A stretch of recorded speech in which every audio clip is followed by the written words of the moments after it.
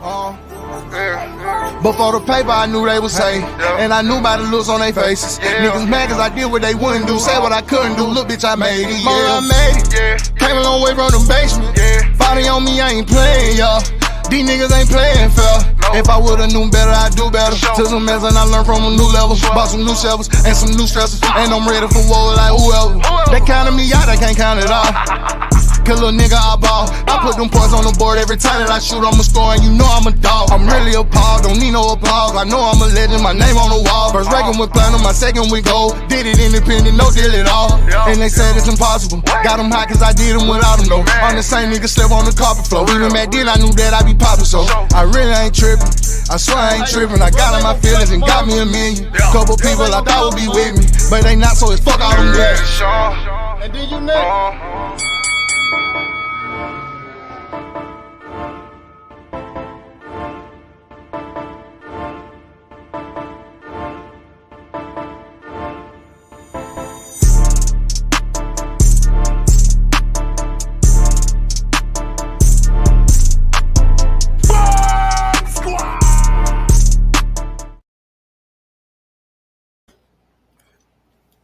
Yo, what's good with everybody? What's good with everybody? Got Joseph Townsend in the building, what's going on?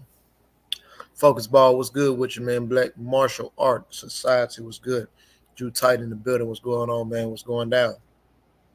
Yeah, like I said before, man, I wanted to touch upon that 154-pound division. It is one of my favorite divisions, and it's probably the most division that I've most likely ever paid attention to. Although I do like the heavyweight division as well and know a lot about the heavyweight division, but I also, got a lot of intel of what goes on at 154 pounds. Like you see, I got some of the new faces or newer faces to the 154-pound division. Then, of course, I got got some of the old vets who was once, you can say kings or emperors of the 154-pound division. And I talk highly about the 154-pound division, even when nobody was really talking about the 100-pound division. Like I said the other day, 154-pound division is like any given Sunday. In this case, it'll be any given Saturday, right? Majority of boxing fights now we see on Saturday nights, prime time on HBO. Not HBO, but formerly HBO and Showtime and those things. And now we see them on, Amazon Prime and of course DAZN and Top Rank is on, of course, ESPN. So when we talk about that, I talk about the madness that was going on in the division way before these the new guys came into it. I mean, 154-pound division. Of course, Charlo's been there for a long time, right? But you got to think about, we've already seen Charlo Lubin. We've already seen that before. We've seen that before. And it can very well much happen again. Of course, both of those guys on the same side of the street and things of that nature. But you got to look at a ton of different variations when it comes to the 154-pound division. Of course, and I say, it's any given Sunday, just like J-Rock beat Jarrett Hurd in his hometown, right? Then we had matches like Erickson Lubin and, of course, Charlo. Then we had Charlo and Tony Harrison. And then, we had other matches, Charles Hatley and Charlo. I mean, even Arias Lara Lundy. No, we had him. Lundy Lara, sorry. We had him when he, fought Jerry Hurd, right? I mean, the list goes on. Jerry Hurd and Tony Harrison. I mean, god damn, man, we have some wars. You've seen Charlo and you've seen Charlo and J-Rock go at it before. You see what I'm saying? So this division has always been booming. If you ask me, that's probably the division that has 9 times out of 10 been fighting the most. Well, not fighting each other the most, should I say. Those guys definitely been fighting each other. And this names on here that I haven't even put. And like I said before, one of my favorite junior middleweights was definitely Nathaniel Gallimore. Nathaniel Gallimore, he's not fighting no more. He recently just had a fight, but he's retired now. But he came in a division at one point. knocking some of these guys down. He fought guys like J-Rock and, and others, and he made a name for himself. And like I said before, not just the old champions or old guys who was in that division. 154-pound division has always been booming. It's one of those, like I said before, uh, any given Saturday or any given Sunday type feeling vibe to this division. I left out Jason Rosario. He was another guy who came in and made a splash. Nathaniel Gallimore knocked him out. It stopped him there for his first fight at 154. Jason Rosario still came on to become a champion. Even though he's lost his belts. I mean, you just look at the history of the 154-pound division over the past 10 to 15 years. You know what I mean? Just look at it.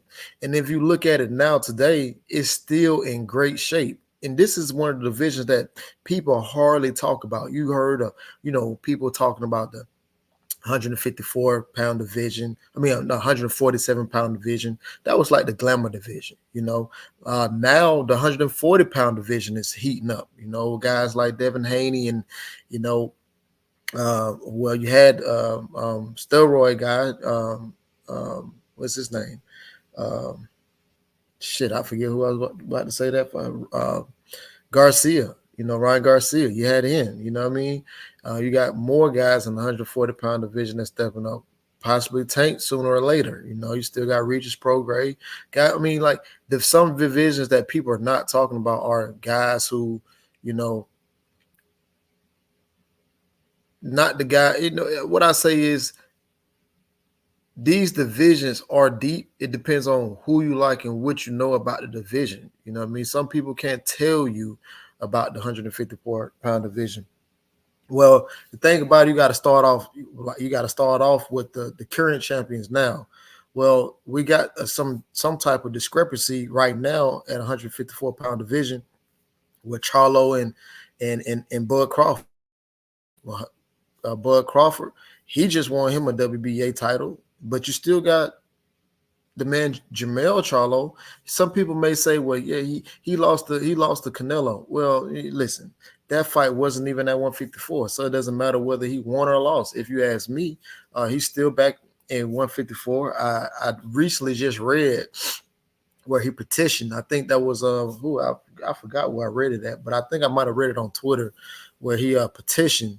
I'm not sure if he petitioned to fight Bud or what, but I know he did petition to come back and campaign at 154 pounds. Now we got to see how that's going to play out because, of course, when you go up in weight, it's like the Roy Jones Jr. effect. You go up in weight, you come back down. You may not be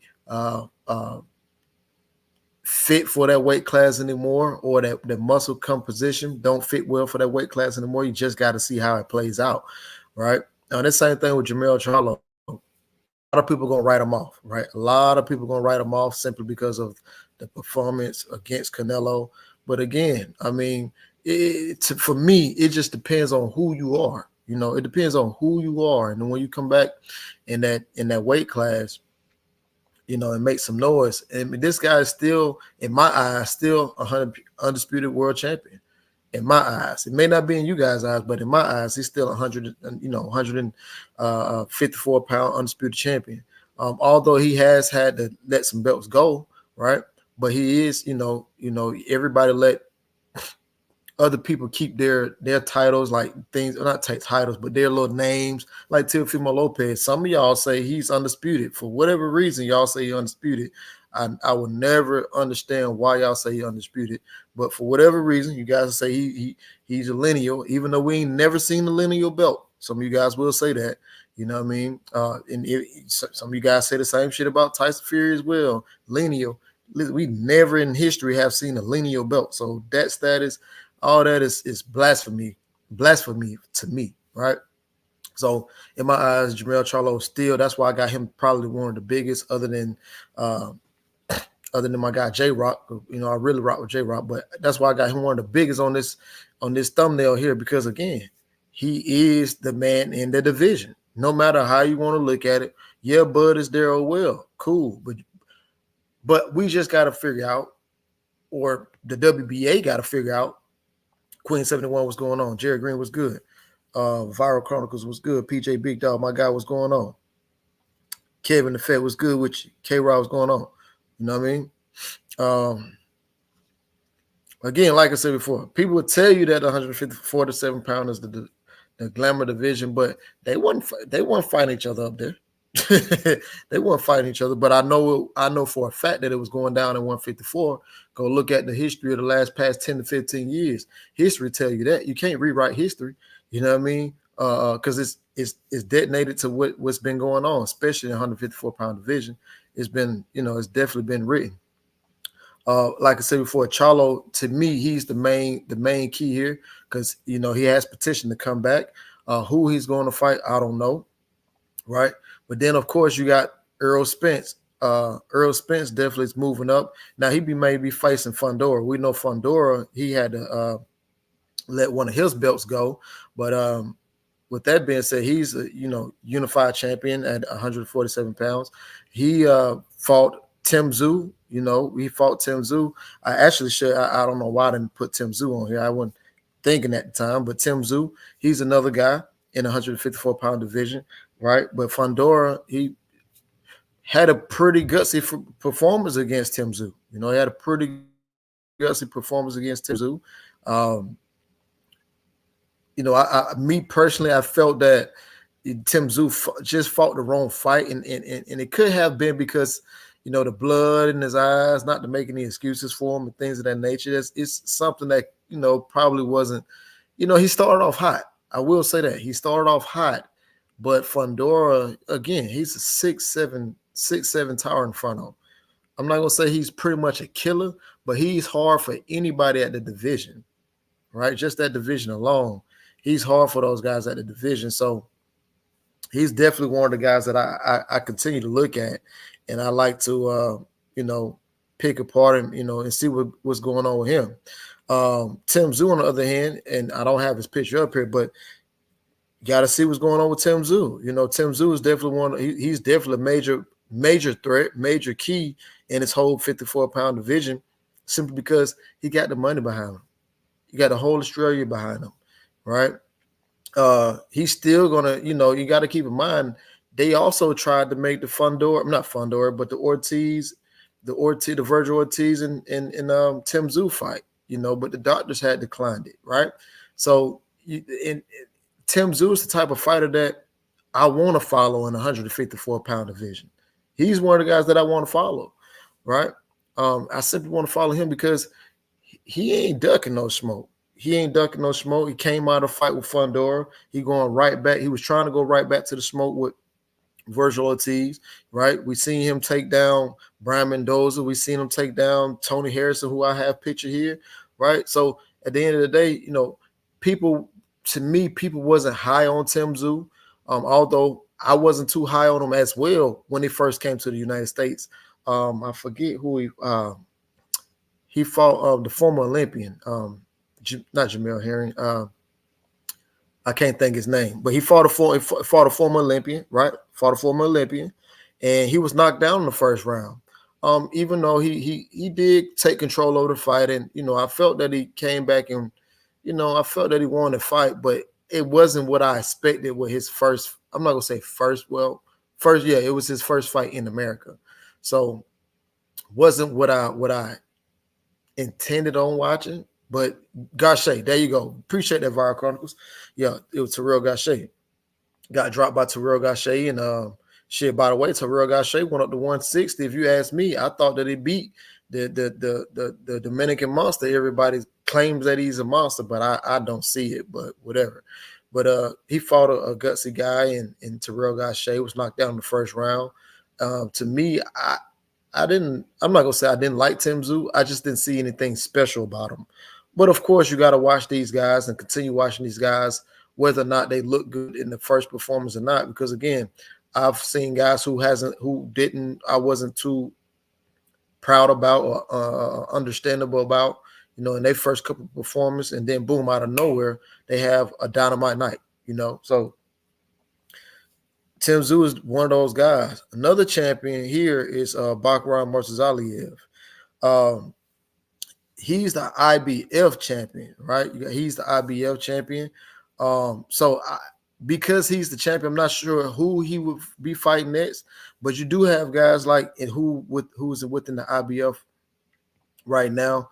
For as what I can see, right now you don't have a number one or number two in the IBF, but you do have a number 3, 4, 5, and 6, and later on, right? You still have Xander Zayas. He's one of those guys who can jump up and potentially, I guess fight Bakram Murtazaliev. You also have Jesus Ramos. Now we've seen Jesus Ramos. Of course, he lost his last fight. He lost to Erickson Lubin, but Jesus Ramos is still there. We got Joshua Kelly. Joshua Kelly is there as well. He's number 5. Tim Tszyu at number 4, and then of course Erickson Lubin at number 3. So could possibly see Erickson Lubin or Murtazaliev fight, but again, and you got to think about who these guys are. I would say me personally, what side of the street they on, manager wise, and things of that nature.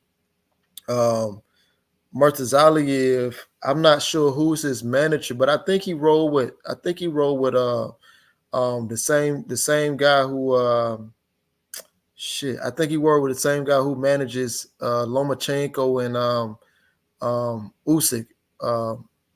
Clemens, I think his name is. Yeah, Igis Clemens. I think he rolled with him. So you got to see how that's going to go. You know what I mean? So those are just different guys within the IBF range. Like you still got Colin Walsh over there as well. Now I did see, I have heard of Jack Koke. I have heard of him. Of course, he's from Ecuador. I actually seen him in Ecuador, but that's one of the reasons how I know of him. But that IBF, me personally, I thought that I would say that Errol Spence could have gotten that fight. I think that me personally, I think that's a fight that Errol Spence should go to or go after before going to the Fundora fight. Even though I do have Errol Spence listed up here, but there's so many intangibles with Errol Spence, right? And I love Errol Spence. Andrew Charles in the building. 78 Sports TV, my guy. What's good with your family? Rod Neal was good. Even though I like Errol Spence, I think he's still one of the best right now. But it's so many different moving parts, moving pieces, and intangibles becomes along with Errol Spence. I mean, we don't know how. Well, me personally, I feel that Errol Spence would definitely be strong at 154. That's without a doubt. I don't know if you guys know, but me, Deontay, and Earl, we all share the same trainer. I'm not trainer, but same doctor. And I do know for a fact that Errol Spence was, weight training his last fight. I know the whole week he pretty much had to get. Oh man, I don't even want to put it out there, but he had to get a lot of things done during the fight week of Terrence Crawford. I know after the fight, Errol Spence was still coming to Atlanta visiting the doctor that all of us share. So I know I personally know things that was going on with him, but I do believe that he'll be stronger at 154 now. But the thing about it is he has had another eye surgery, right? He hasn't, and what I failed to mention when he was fighting Crawford was that the fact that Errol Spence hasn't fought a southpaw in 7 years before facing Terrence Bud Crawford. Now here he is again fighting, potentially, and they just announced potentially Errol Spence and Fundora in probably in September, October somewhere. I wouldn't be surprised if it's pushed back even more. But now you got that fight potentially on the horizon, and then it'll make Errol Spence's second fight within a year and a half fighting another southpaw, because of course we know Tyron Funnell's a southpaw as well. And I want to see how he deal with it. But then again, it's like, is this southpaw, and I know Errol Spence don't like taking tune-ups, so he say things of that nature. He's showed me different that, he don't want to, take no tune-up. So I'm gonna rock with him because I like that type of energy. But at the same time, I'm a little weary, right? Because it is a southpaw. This guy's not a 5'9" statue, Bud Crawford. He's a 6'7" statue guy. Now we know that Errol Spence will go to the body, but how much punishment is he willing to take to get to the body, or how will he exude punches? You got to think about the training aspect of it. Errol Spence has a new trainer, right? So you got to think about all those things, all those intangibles. You got to think about all that stuff. But it is a good fight. Don't get me wrong, it is a good fight. But me personally, I would love to see Errol fight, Bakram versus Aliyev. That's me, right? That's just me. Then, like I said before, I spoke a little bit about Crawford, but get into it. He just fought Madrimov. Now, Madrimov, he's another guy that I should have had up here as well. And the reason why I should have had Madrimov up here, because me personally, I did feel that was a close fight between Crawford and Madrimov. I'm not going to say that Madrimov won, but I do believe that he won some close rounds, when people was giving Crawford the round. But I do believe that Madrimov was winning some of those rounds, especially a lot of those middle rounds and just some of the late rounds, right? But I do believe that Crawford won, but I'm not going to say that it was a landslide, because I do feel that some of those rounds that Madrimov won. So he's still a player in this division as well, in the 154-pound division. You heard Uncle Turkey talking about making Crawford versus Ortiz. Virgil Ortiz. Now, we've seen Virgil Ortiz in his last fight. He had to fight a dog. And Bohachuk is another guy that I should have had on here. I recently had talked about Bohachuk the other day. Let me see if I can find that thumbnail. I recently just spoke about Bohachuk. Yeah.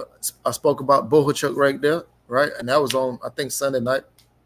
I spoke about Bohachuk. He's one of my favorites in the 154-pound division. I told you guys that, Eldar Boxing put me on Bohachuk approximately about 2 years ago when he fought my guy Nathaniel Gallimore.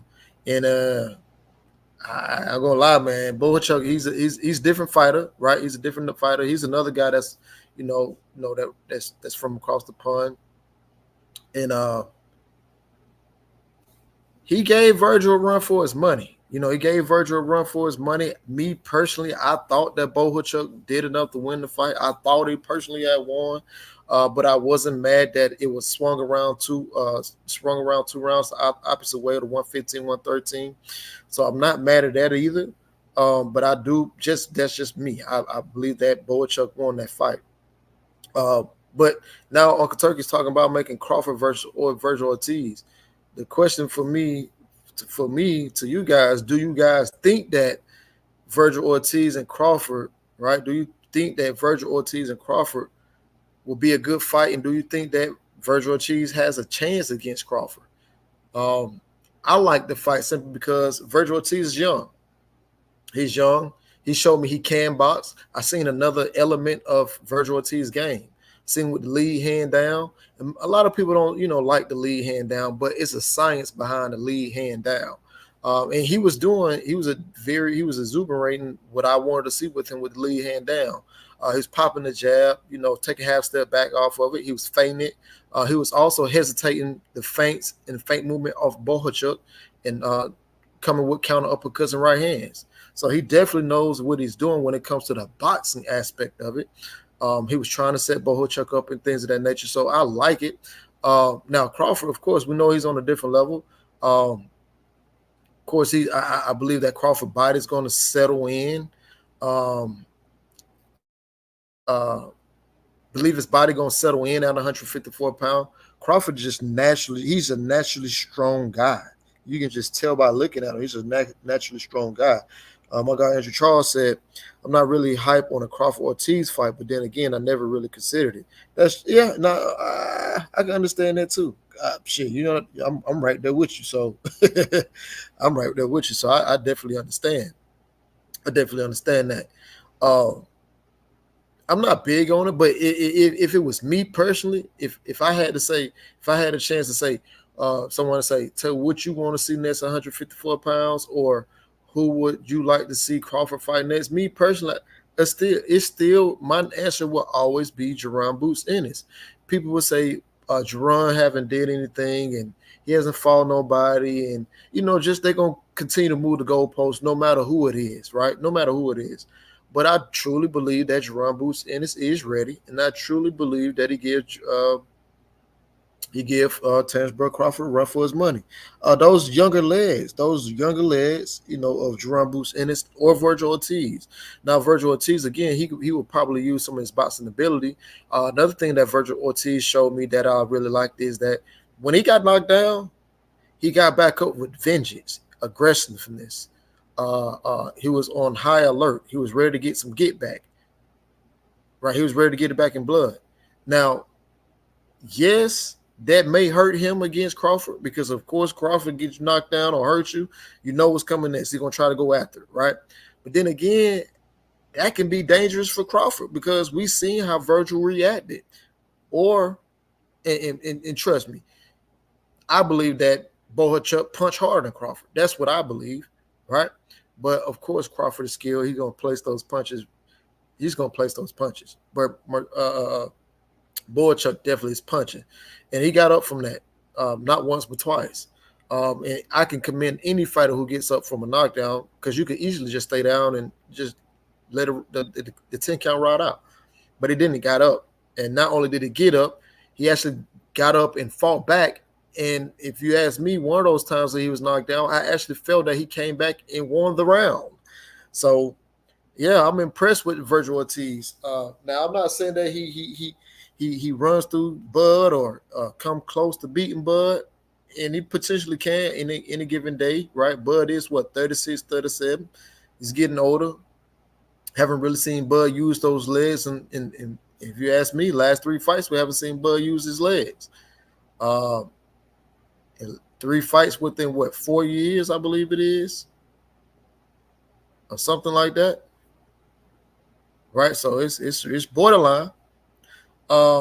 Harrison Lubin, he's trying to get in the picture, right? Harrison Lubin, he's trying to get back in the picture. Like I said before, he fought Jesus Ramos, right? We saw what happened in that fight. And some people, some people say robbery and all that stuff. That's not what I got. Right, I didn't get that. I thought Lubin boxed beautifully.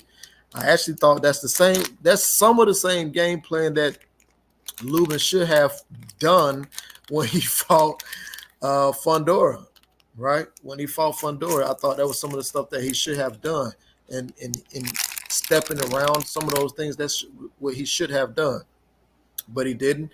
Oh well, he's back, and he's on a 2-fight win streak since fighting Fundora as well. So, Harrison Lubin, he's another guy who's another player in this division as well. I did talk about the WBO, which of course, Fundora he has, right. Then of course you look at the sanctioning body. They're the number one challenger or number one in that division of WBO will be Tim Tszyu. You have number 2 Virgil Ortiz. Then you got Xander Zayas. He's another guy who I haven't spoken about, but he's one of those guys who's been having some great fights. You got Joshua Kelly. He's also in that IBF I just spoke about earlier as well. Then of course you got Harrison Lubin, who's also in the WBO. Spence, he's moved up number 6. He's 6 in the WBO. Then you got Takashi Inoue from Japan, right? Cordell Booker, you got Somper in there as well. One of the names that I just seen, one of the fights that I was going to speak about, or fighters, should I say, is Charles Conwell. Charles Conwell just had a brilliant fight the other day. He's another player in this 154-pound division. He's another guy that's on his thumbnail as well. He's one of those guys who's got to get in where he fit in. You got to get in where he fit in. Maybe, I'm not sure who Charles Conwell can face off with. But as I look through the rankings, like I said before, he's number 10. I'm assuming at the end of this month, he'll probably move up in those rankings. We just got to see how everything maneuvers with Charles Conwell. Maybe he get a Joshua Kelly. Charles Conwell, I believe he's fighting on the zone. Josh Kelly fighting on, the zone. So maybe Eddie or Turkey and all those guys make a fight with Conwell, because he's definitely on the uprising, upcoming over there as well. So maybe that can happen. I don't know who else he can fight. And I'm just speaking on the same side of the street. I believe Conwell is with Golden Boy, if I'm not mistaken. So Golden Boy just made that play with Turkey. So we'll see what happens, man. We'll definitely see what happens.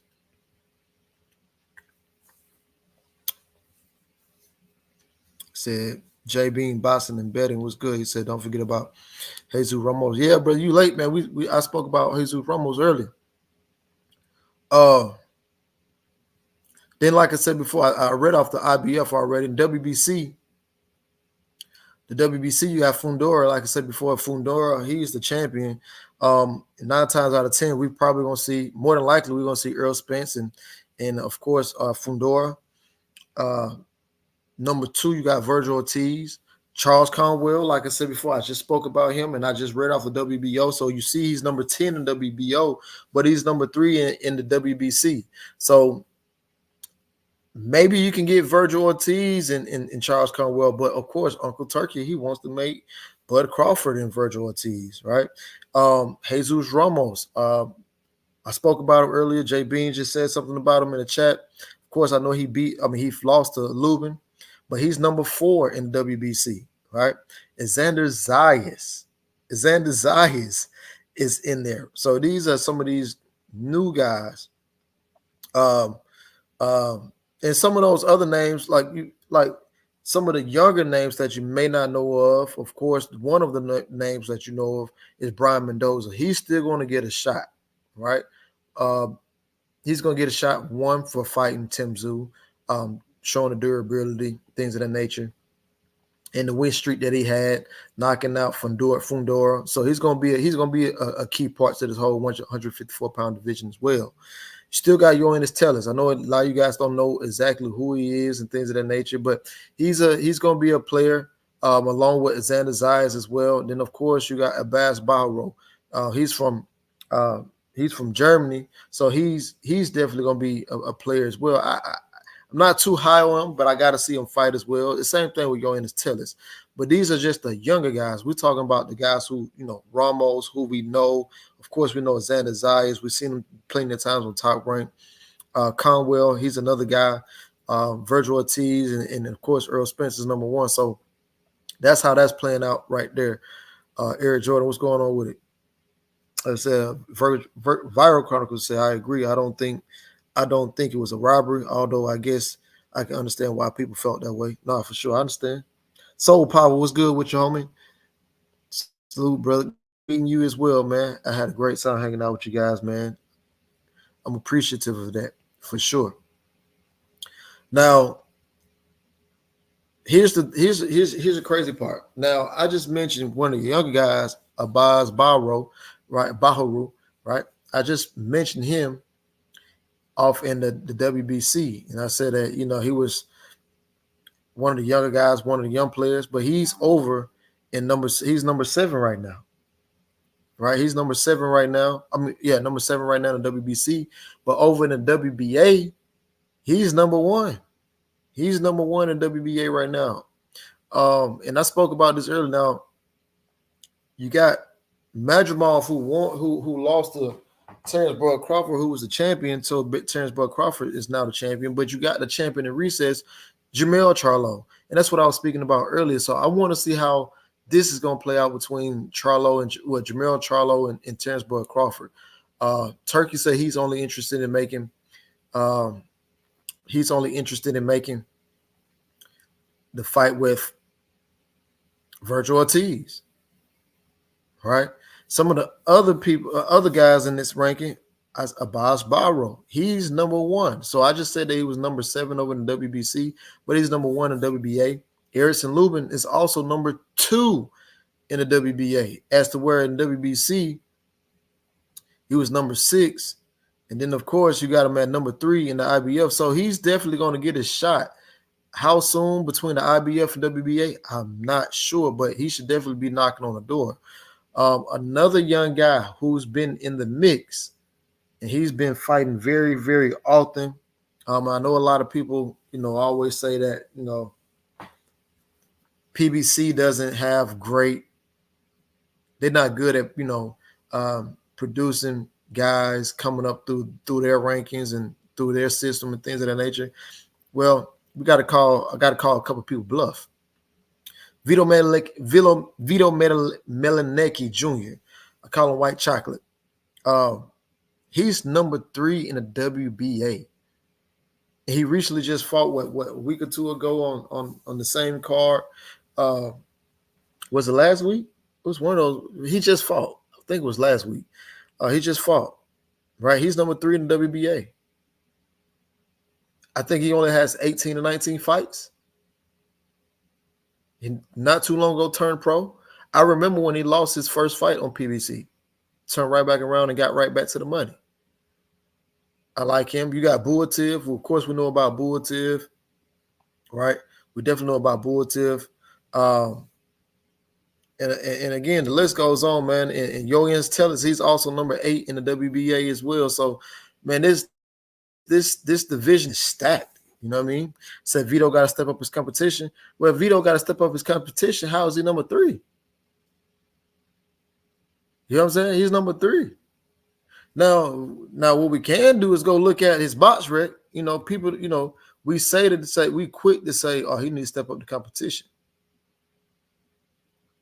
But he's number 3 for a reason. So let me look at his box rec. Let me look at his box rec real quick so I can get you right. Because we would say, oh, he hadn't fought nobody. But when we say stuff like that, oh, we just want him to fight the top names to see if he. Nah, that ain't how I go. Fought Ronald Cruz. Ronald Cruz was 19-3-1. And keep in mind, this was his 20th fight. So he's Vito Melanecki Jr. is 19-1. So he has 20 fights, right? Not only that, guess what? Vito Melanecki Jr. is only 22 years old. Not only that, he just fought a 32-8-1 guy, which means, and he stopped him, right? He stopped him. And with that being said, 32-8-2. You might look at the record and say, oh, he ain't okay. Well, 19-3-1. Fought a 22-12-3. Fought a 25-5, 20-3. Right? So he's been definitely putting in some work. But then you guys will say, well, they don't fight nobody over PBC. Or they don't fight enough. They fight one time a year. He was active over there. He was active. Somebody got to give him a shot. That's all it is. Somebody got to give him a shot. Macadocious Mac of the South. Somebody just got to give him a shot. Just like you guys say the same thing about Bud Crawford. Not Bud Crawford, but Jerome Boots Ennis. Man, he got to fight somebody before he fight Bud. Nah, we're going to keep the same energy for everybody. No. We're going to keep the same energy for everybody. So that way, get what? Get somebody give him a chance. Y'all say he didn't look good against Karen. Guess what? I think Karen is Jerome Boots and is mandatory again. Run that shit back. Run it back. Shawala, y'all, what's going on? How you doing? Nah, man, we got to do better, man. Can't say these guys ain't fought nobody. Shit, if you 23-1. No matter, it may not be the name that you like.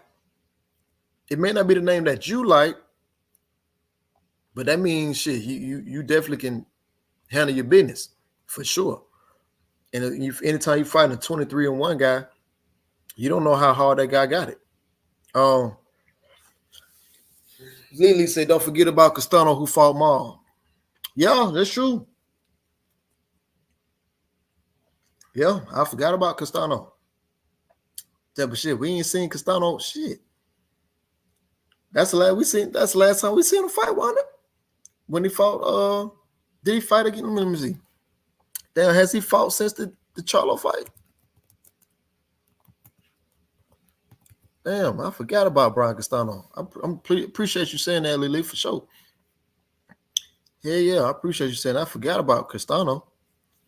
Shit, last time he fought, that was 2022. Hell, it's 2024. So he hasn't fought in 2 years. They fought May 14th of 2022. We in August 2024. That's 2 years ago. And he was knocked out. So I ain't forget about him. Well, I'm lying. I did. I forgot about him, but damn. You know what I mean? You feel me? So, like I say, man, the 154-pound division to me, this is my favorite division. I don't know about nobody else, but this is definitely my favorite division. It's been booming for a long time. I know people was talking, raving about the 147-pound division. Cool, fine, dandy, Floyd era, whatever the case you want to say, make it be. But if you look back 10 to 15 years ago, what division has been constantly fighting each other? And it's definitely have been the 154-pound division. JB and Boxing better say, Castano back in camp on his IG stories. Cool, that's what's up. I'm glad he is. Because it damn sure been 2 years. Shit, I had a fight before he fought again. Shit.